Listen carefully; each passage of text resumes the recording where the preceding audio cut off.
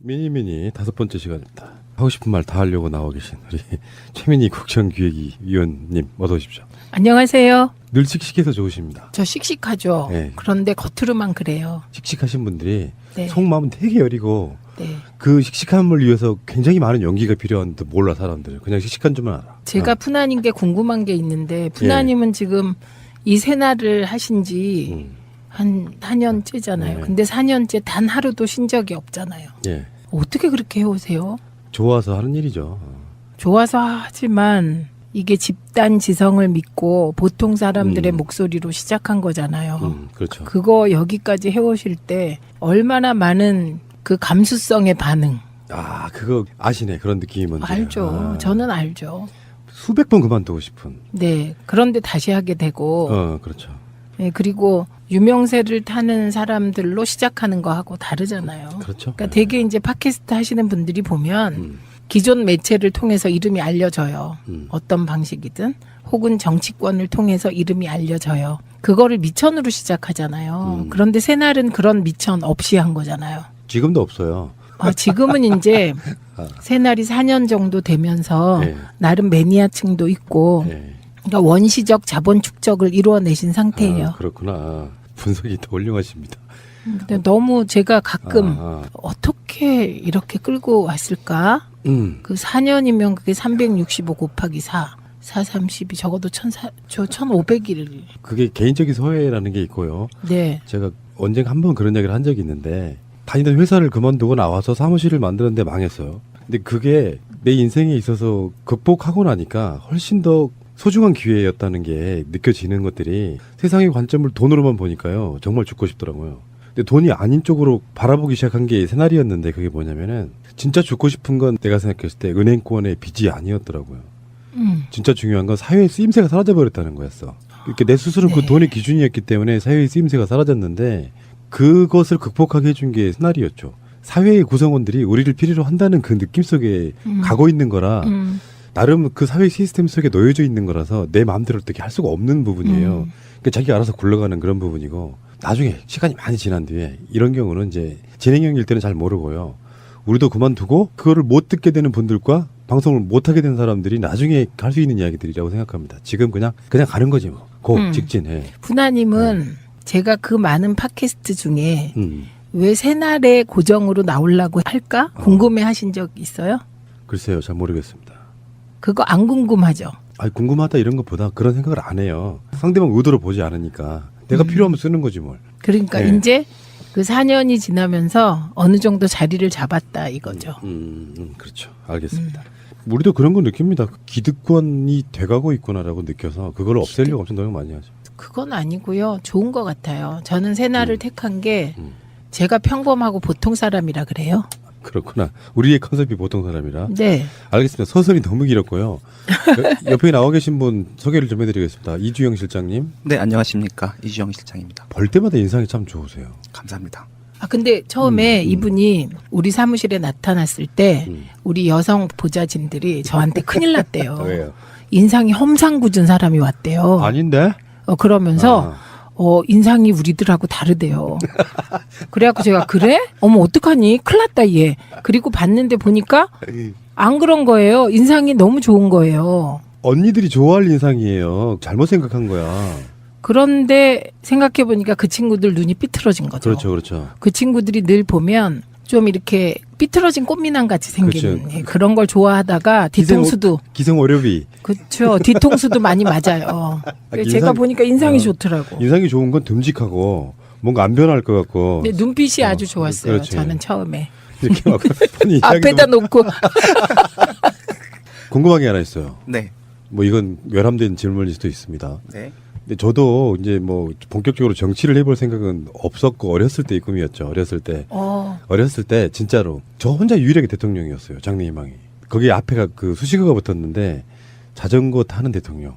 그 현실적으로 힘든 이야기이긴 하지만 그런 마인드로 정치하시는 분이 저는 문재인 대통령이라고 보는데 정치는 누구나 다 이렇게 지망하거나 선망하는 게 있잖아요. 나이를 먹으면서 바뀌어요.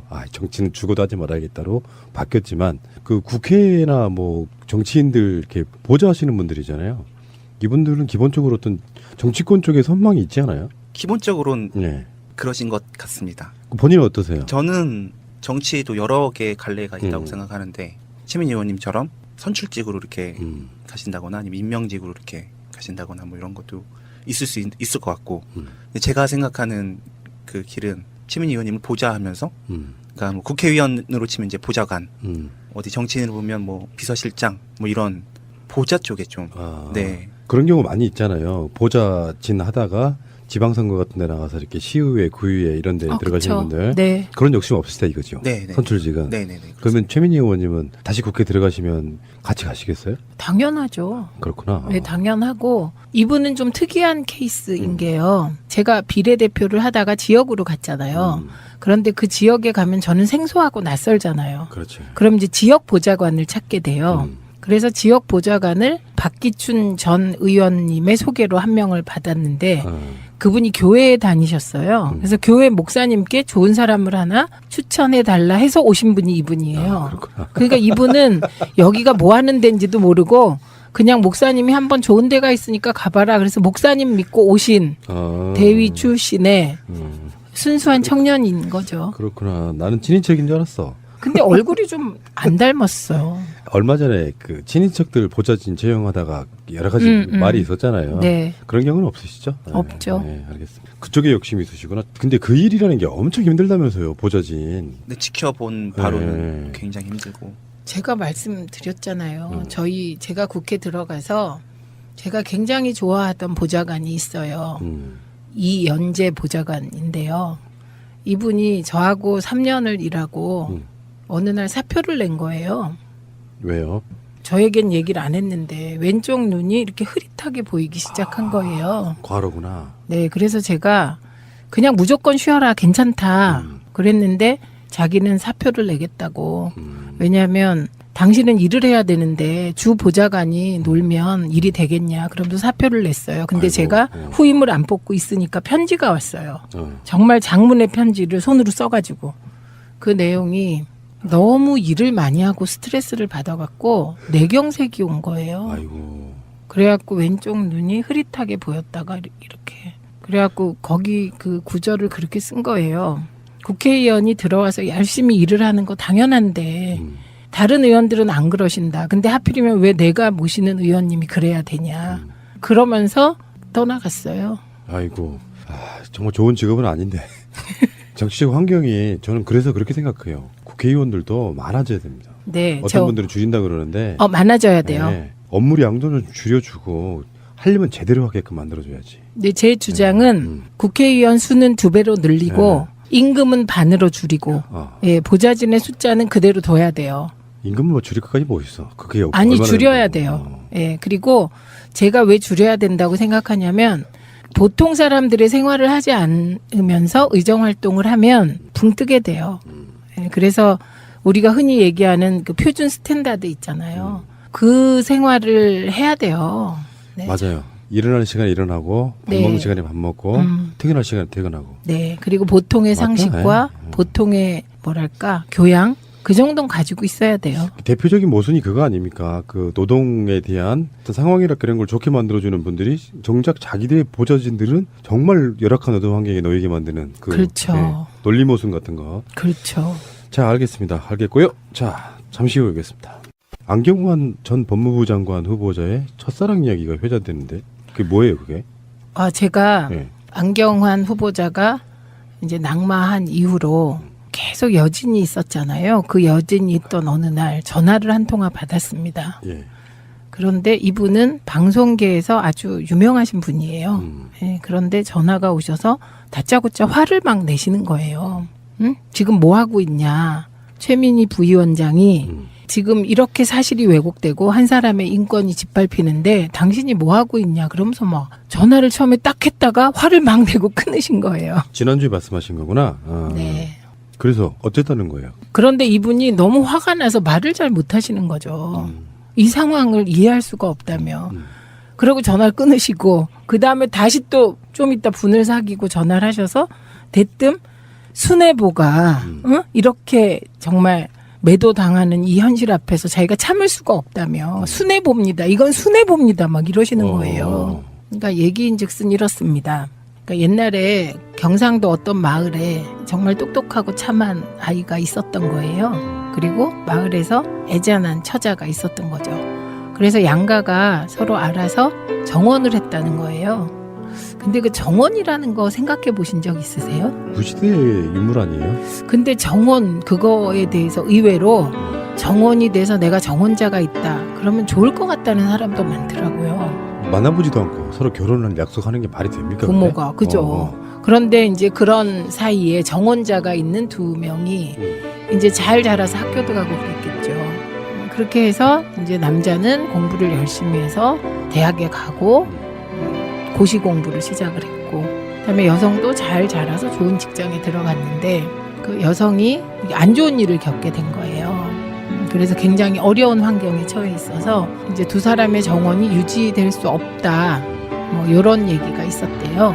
그런데 그때 안경환 내정자가 그 여성의 아버지를 만나서, 그러니까 어쨌든 정원을 했으니까 내가, 그러니까 나의 누구누구는 끝까지 책임진다. 나는 무슨 일이 있어도 아파도 뭐를 해도 그렇게 생각하고 그 합의하에, 그쪽 지방과 합의하에 그럼 우리가 결혼을 하자. 그래서 혼인신고를 하게 됐다는 제보입니다. 네. 그리고 이제 그 이후에도 계속 그렇게 그 여성에 대해서 생각하면서 기다렸고, 그런데 이제 그 여성의 경우는 이제 그 여러 가지 안 좋은 조건들 때문에 본인이 또 그쪽도 손해보죠.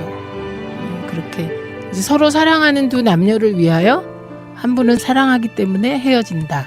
한 분은 아무리 어렵고 몸이 아프고 뭐를 해도 나는 그를 끝까지 책임진다. 이런 상황이었다는 겁니다. 강제로 억지로 싫다는 사람 혼인신고할 만큼 그런 분들이 기본적으로 이 사회에 그런 역할을 하는 사람은 아닐 거라고 저는 생각하긴 했거든요. 그러니까 그분이 살아오신 삶을 볼 때 너무 그거는 안 어울리는 일이다. 그렇죠. 그런데 지금 돌아놓고 보면 그 사건을 막 매도하고 그랬던 패널들이나 그걸 매도하면서 보도했던 언론들이나 상황을 돌아보면 좀 너무했다 싶지 않을까요? 세상 일은 본인들만이 아는 이야기가 있어요. 근데 네. 구구절절 설명하기 싫으니까 네. 애둘러서 제가 죽을 죄를 졌다고 끝내는 경우도 꽤 있거든요. 속 마음이랄까 내막을 잘 모르면서 정치적으로 공세하고 한 사람을 이렇게 인간 쓰레기 취급하고 하게 되는 그 과정들이라는 게 있잖아요. 네. 제가 그런 배려는 좀 있어야 된다고 생각해요. 네. 이 얘기를 쭉 이렇게 보면 드라마 같잖아요. 이게 일본 영화 러브레터에 한때 막 열광하고 그랬잖아요. 그런 그 첫사랑과 관련한 이런 순애보가 때로는 정치 사회적 환경 속에서 전혀 다르게 이렇게 매도돼서 한 사람을 낙인 찍는 그런 것을 목도한 건가? 제가 그래서 그분의 전화를 받고는 그 마음이 되게 착잡했어요.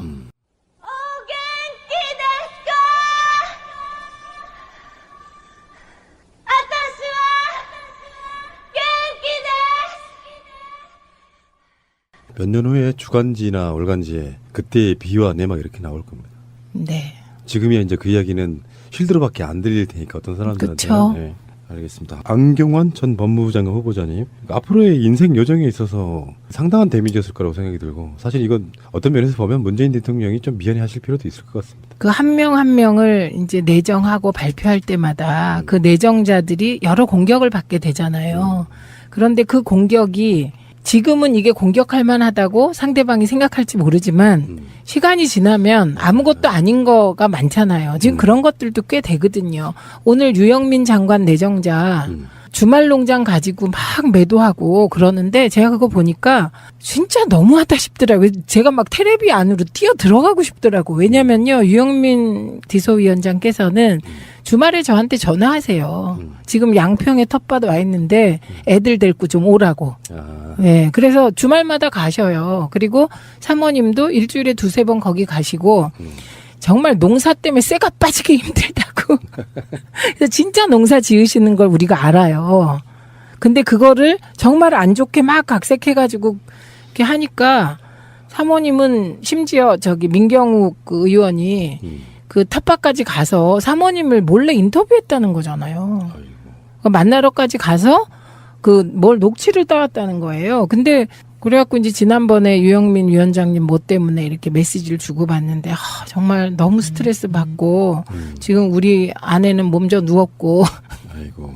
그리고 그 따님이 되게 이렇게 열심히 노력하는 따님이 계세요. 근데 이제 그 LG 들어간 걸 가지고 또 막 월급 내역까지 다 내라고 했대요. 과거. 그러니까 이건 정말 거의 신상털기 수준이라고 봅니다. 월급 내역이 왜 필요합니까? 따님 월급 내역이. 이번에 그 김상곤 후보자 관련해 가지고 자료 제출 요구한 게 1000건이 넘는데 네. 그 중에 무려 800여 건을 냈다는. 정말 대단하십니다. 결국은 통과됐어요? 예, 이건 통과입니다. 그러니까 적격 부적격이건 의견을 그렇죠. 달아서 일단 채택해주면 그건 임명하는데 대통령 발걸음이 가벼운 거라서요. 예. 자, 알겠습니다. 이런저런 이야기 해봤고 본격적인 이야기 시작하겠습니다. 이거죠. 네, 네. 선출직은. 네네네. 그러면 최민희 의원님은 다시 국회 들어가시면 같이 가시겠어요? 당연하죠. 그렇구나. 네, 당연하고 이분은 좀 특이한 케이스인 게요. 제가 비례대표를 하다가 지역으로 갔잖아요. 그런데 그 지역에 가면 저는 생소하고 낯설잖아요. 그렇지. 그럼 이제 지역 보좌관을 찾게 돼요. 그래서 지역 보좌관을 박기춘 전 의원님의 소개로 한 명을 받았는데 그분이 교회에 다니셨어요. 그래서 교회 목사님께 좋은 사람을 하나 추천해 달라 해서 오신 분이 이분이에요. 그렇구나. 그러니까 이분은 여기가 뭐 하는 데인지도 모르고 그냥 목사님이 한번 좋은 데가 있으니까 가봐라. 그래서 목사님 믿고 오신 대위 출신의 순수한 청년인 거죠. 그렇구나. 나는 친인척인 줄 알았어. 근데 얼굴이 좀 안 닮았어요.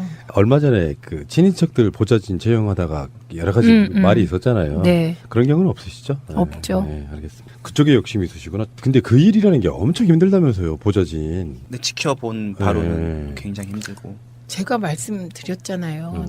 제가 국회 들어가서 제가 굉장히 좋아하던 보좌관이 있어요. 이연재 보좌관인데요. 이분이 저하고 3년을 일하고 어느 날 사표를 낸 거예요. 왜요? 저에겐 얘기를 안 했는데 왼쪽 눈이 이렇게 흐릿하게 보이기 시작한 거예요. 과로구나. 네, 그래서 제가 그냥 무조건 쉬어라, 괜찮다 그랬는데 자기는 사표를 내겠다고. 왜냐하면 당신은 일을 해야 되는데 주 보좌관이 놀면 일이 되겠냐 그러면서 사표를 냈어요. 근데 아이고, 제가 후임을 안 뽑고 있으니까 편지가 왔어요. 어. 정말 장문의 편지를 손으로 써가지고 그 내용이 너무 일을 많이 하고 스트레스를 받아갖고 뇌경색이 온 거예요. 아이고. 그래갖고 왼쪽 눈이 흐릿하게 보였다가 이렇게. 그래갖고 거기 그 구절을 그렇게 쓴 거예요. 국회의원이 들어와서 열심히 일을 하는 거 당연한데 다른 의원들은 안 그러신다. 근데 하필이면 왜 내가 모시는 의원님이 그래야 되냐. 그러면서 떠나갔어요. 아이고. 정말 좋은 직업은 아닌데. 정치적 환경이 저는 그래서 그렇게 생각해요. 국회의원들도 많아져야 됩니다. 네, 어떤 분들은 줄인다 그러는데 많아져야 돼요. 네, 업무 양도는 줄여주고 하려면 제대로 하게끔 만들어줘야지. 근데 제 주장은 국회의원 수는 2배로 늘리고 임금은 반으로 줄이고 예, 보좌진의 숫자는 그대로 둬야 돼요.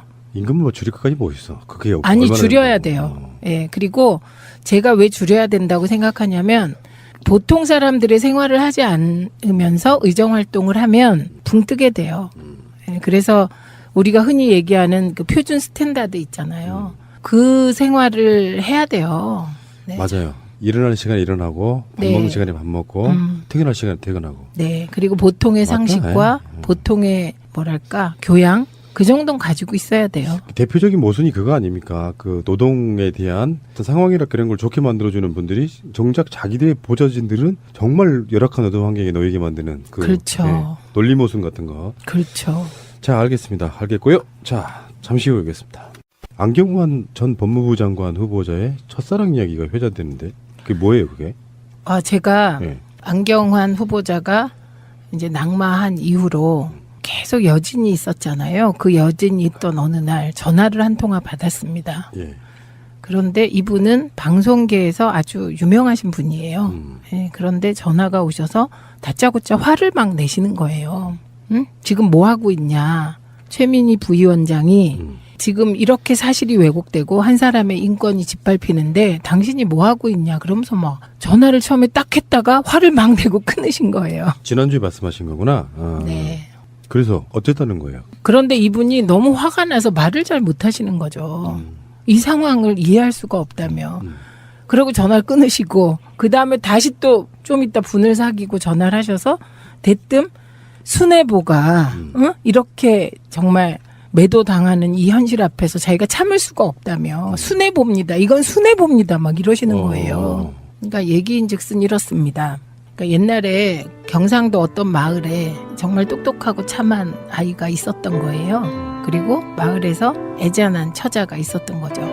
그래서 양가가 서로 알아서 정원을 했다는 거예요. 근데 그 정원이라는 거 생각해 보신 적 있으세요? 구시대의 유물 아니에요? 근데 정원 그거에 대해서 의외로 정원이 돼서 내가 정원자가 있다. 그러면 좋을 것 같다는 사람도 많더라고요. 만나보지도 않고 서로 결혼을 약속하는 게 말이 됩니까? 부모가. 그죠. 그런데 이제 그런 사이에 정원자가 있는 두 명이 이제 잘 자라서 학교도 가고 그랬겠죠. 그렇게 해서 이제 남자는 공부를 열심히 해서 대학에 가고 고시 공부를 시작을 했고, 그다음에 여성도 잘 자라서 좋은 직장에 들어갔는데 그 여성이 안 좋은 일을 겪게 된 거예요. 그래서 굉장히 어려운 환경에 처해 있어서 이제 두 사람의 정원이 유지될 수 없다. 뭐 이런 얘기가 있었대요. 그런데 그때 안경환 내정자가 그 여성의 아버지를 만나서, 그러니까 어쨌든 정원을 했으니까 하신 적 있어요? 글쎄요, 잘 모르겠습니다. 그거 안 궁금하죠? 아니, 궁금하다 이런 것보다 그런 생각을 안 해요. 상대방 의도를 보지 않으니까 내가 필요하면 쓰는 거지 뭘. 그러니까 네. 이제 그 4년이 지나면서 어느 정도 자리를 잡았다 이거죠. 그렇죠. 알겠습니다. 우리도 그런 거 느낍니다. 기득권이 돼가고 있구나라고 느껴서 그걸 없애려고 엄청 노력 많이 하죠. 그건 아니고요. 좋은 것 같아요. 저는 새날을 택한 게 제가 평범하고 보통 사람이라 그래요. 그렇구나. 우리의 컨셉이 보통 사람이라. 네. 알겠습니다. 서술이 너무 길었고요. 옆에 나와 계신 분 소개를 좀 해드리겠습니다. 이주영 실장님. 네, 안녕하십니까. 이주영 실장입니다. 볼 때마다 인상이 참 좋으세요. 감사합니다. 아 근데 처음에 이분이 우리 사무실에 나타났을 때 우리 여성 보좌진들이 저한테 큰일 났대요. 왜요? 인상이 험상궂은 사람이 왔대요. 아닌데? 그러면서 인상이 우리들하고 다르대요. 그래갖고 제가 그래? 어머 어떡하니? 큰일 났다 얘. 그리고 봤는데 보니까 안 그런 거예요. 인상이 너무 좋은 거예요. 언니들이 좋아할 인상이에요. 잘못 생각한 거야. 그런데 생각해보니까 그 친구들 눈이 삐뚤어진 거죠. 그렇죠, 그렇죠. 그 친구들이 늘 보면 좀 이렇게 삐뚤어진 꽃미남 같이 생기는 그렇죠. 그런 걸 좋아하다가 뒤통수도 기성 오렵이. 그렇죠. 뒤통수도 많이 맞아요. 그래서 인상- 제가 보니까 인상이 좋더라고. 인상이 좋은 건 듬직하고 뭔가 안 변할 것 같고. 근데 눈빛이 아주 좋았어요. 그렇지. 저는 처음에 이렇게 막 본인 이야기도 앞에다 놓고 궁금한 게 하나 있어요. 네. 뭐 이건 외람된 질문일 수도 있습니다. 네. 근데 저도 이제 뭐 본격적으로 정치를 해볼 생각은 없었고 어렸을 때의 꿈이었죠. 어렸을 때 진짜로 저 혼자 유일하게 대통령이었어요. 장래 희망이. 거기 앞에가 그 수식어가 붙었는데 자전거 타는 대통령. 그 현실적으로 힘든 이야기이긴 하지만 그런 마인드로 정치하시는 분이 저는 문재인 대통령이라고 보는데, 정치는 누구나 다 이렇게 지망하거나 선망하는 게 있잖아요. 나이를 먹으면서 바뀌어요. 아, 정치는 죽어도 하지 말아야겠다로 바뀌었지만 그 국회나 뭐 정치인들 이렇게 보좌하시는 분들이잖아요. 이분들은 기본적으로 어떤 정치권 쪽에 선망이 있지 않아요? 기본적으로는 네. 그러신 것 같습니다. 본인은 어떠세요? 저는 정치에도 여러 개의 갈래가 있다고 음. 생각하는데, 최민 의원님처럼 선출직으로 이렇게 음. 가신다거나 아니면 임명직으로 이렇게 가신다거나 뭐 이런 것도 있을 것 같고, 근데 제가 생각하는 그 길은 최민 의원님을 보좌하면서, 그러니까 뭐 국회의원으로 치면 이제 보좌관, 어디 정치인을 보면 뭐 비서실장 뭐 이런 보좌 쪽에 좀 네. 그런 경우 많이 있잖아요. 보좌진 하다가 지방선거 같은 데 나가서 이렇게 시의회, 구의회 이런 데 들어가시는 그쵸. 분들. 네. 그런 욕심 없으세요? 내가 그러니까 나의 누구누구는 끝까지 책임진다. 나는 무슨 일이 있어도 아파도 뭐를 해도 그렇게 생각하고 그 합의하에, 그쪽 지방과 합의하에 그럼 우리가 결혼을 하자. 그래서 혼인신고를 하게 됐다는 제보입니다. 네. 그리고 이제 그 이후에도 계속 그렇게 그 여성에 대해서 생각하면서 기다렸고, 그런데 이제 그 여성의 경우는 이제 그 여러 가지 안 좋은 조건들 때문에 본인이 또 그쪽도 순애보죠. 그렇게 이제 서로 사랑하는 두 남녀를 위하여 한 분은 사랑하기 때문에 헤어진다. 한 분은 아무리 어렵고 몸이 아프고 뭐를 해도 나는 그를 끝까지 책임진다. 이런 상황이었다는 겁니다. 강제로 억지로 싫다는 사람 혼인신고할 만큼 그런 분들이 기본적으로 이 사회에 그런 역할을 하는 사람은 아닐 거라고 저는 생각하긴 했거든요. 그러니까 그분이 살아오신 삶을 볼 때 너무 그거는 안 어울리는 일이다. 그렇죠. 이해가 안 그런데 되네. 지금 돌아놓고 보면 그 사건을 막 매도하고 그랬던 패널들이나 그걸 매도하면서 보도했던 언론들이나 상황을 돌아보면 좀 너무했다 싶지 않을까요? 세상 일은 본인들만이 아는 이야기가 있어요. 근데 네. 구구절절 설명하기 싫으니까 네. 애둘러서 제가 죽을 죄를 졌다고 끝내는 경우도 꽤 있거든요. 속마음이랄까 내막을 잘 모르면서 정치적으로 공세하고 한 사람을 이렇게 인간 쓰레기 취급하고 이렇게 하게 되는 그 과정들이라는 게 있잖아요. 네. 제가 그런 배려는 좀 있어야 된다고 생각해요. 네. 이 얘기를 쭉 이렇게 보면 드라마 같잖아요. 이게 일본 영화 러브레터에 한때 막 열광하고 그랬잖아요. 그런 그 첫사랑과 관련한 이런 순애보가 때로는 정치 사회적 환경 속에서 전혀 다르게 이렇게 매도돼서 그렇죠. 한 사람을 낙인 찍는 그런 것을 목도한 건가? 제가 그래서 그분의 전화를 받고는 그 마음이 되게 착잡했어요.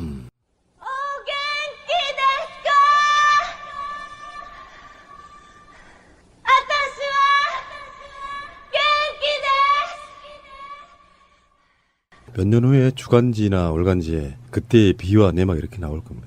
네. 지금이야 이제 그 이야기는 쉴드로밖에 안 들릴 테니까 어떤 사람들한테. 그쵸. 네, 알겠습니다. 안경환 전 법무부 장관 후보자님, 앞으로의 인생 여정에 있어서 상당한 데미지였을 거라고 생각이 들고, 사실 이건 어떤 면에서 보면 문재인 대통령이 좀 미안해하실 필요도 있을 것 같습니다. 그 한 명 한 명을 이제 내정하고 발표할 때마다 그 내정자들이 여러 공격을 받게 되잖아요.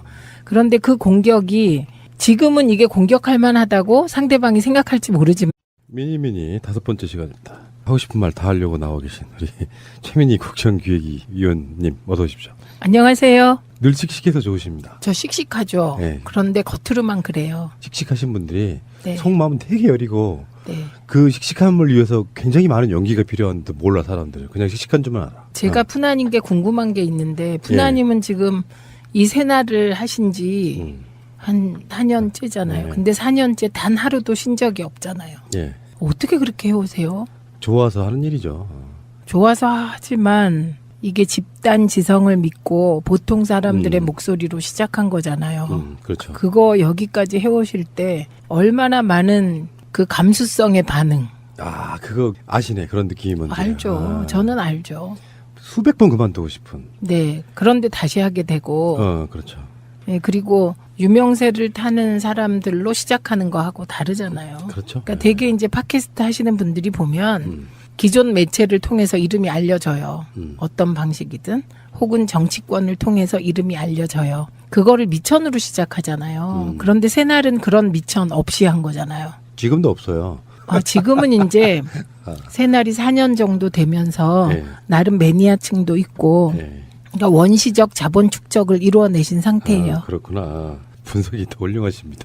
근데 너무 제가 가끔 아, 어떻게 이렇게 끌고 왔을까? 그 4년이면 그게 365 곱하기 4, 432 적어도 1,500일. 그게 개인적인 소외라는 게 있고요. 네. 제가 언젠가 한번 그런 얘기를 한 적이 있는데 다니던 회사를 그만두고 나와서 사무실을 만드는데 망했어요. 근데 그게 내 인생에 있어서 극복하고 나니까 훨씬 더 소중한 기회였다는 게 느껴지는 것들이 세상의 관점을 돈으로만 보니까요. 정말 죽고 싶더라고요. 근데 돈이 아닌 쪽으로 바라보기 시작한 게 새날이었는데 그게 뭐냐면은 진짜 죽고 싶은 건 내가 생각했을 때 은행권의 빚이 아니었더라고요. 진짜 중요한 건 사회의 쓰임새가 사라져버렸다는 거였어. 이렇게 내 스스로 그 돈의 기준이었기 때문에 사회의 쓰임새가 사라졌는데 그것을 극복하게 해준 게 새날이었죠. 사회의 구성원들이 우리를 필요로 한다는 그 느낌 속에 가고 있는 거라 나름 그 사회 시스템 속에 놓여져 있는 거라서 내 마음대로 어떻게 할 수가 없는 부분이에요. 그러니까 자기가 알아서 굴러가는 그런 부분이고 나중에 시간이 많이 지난 뒤에 이런 경우는 이제 진행형일 때는 잘 모르고요. 우리도 그만두고 그거를 못 듣게 되는 분들과 방송을 못 하게 된 사람들이 나중에 할 수 있는 이야기들이라고 생각합니다. 지금 그냥 가는 거지 뭐.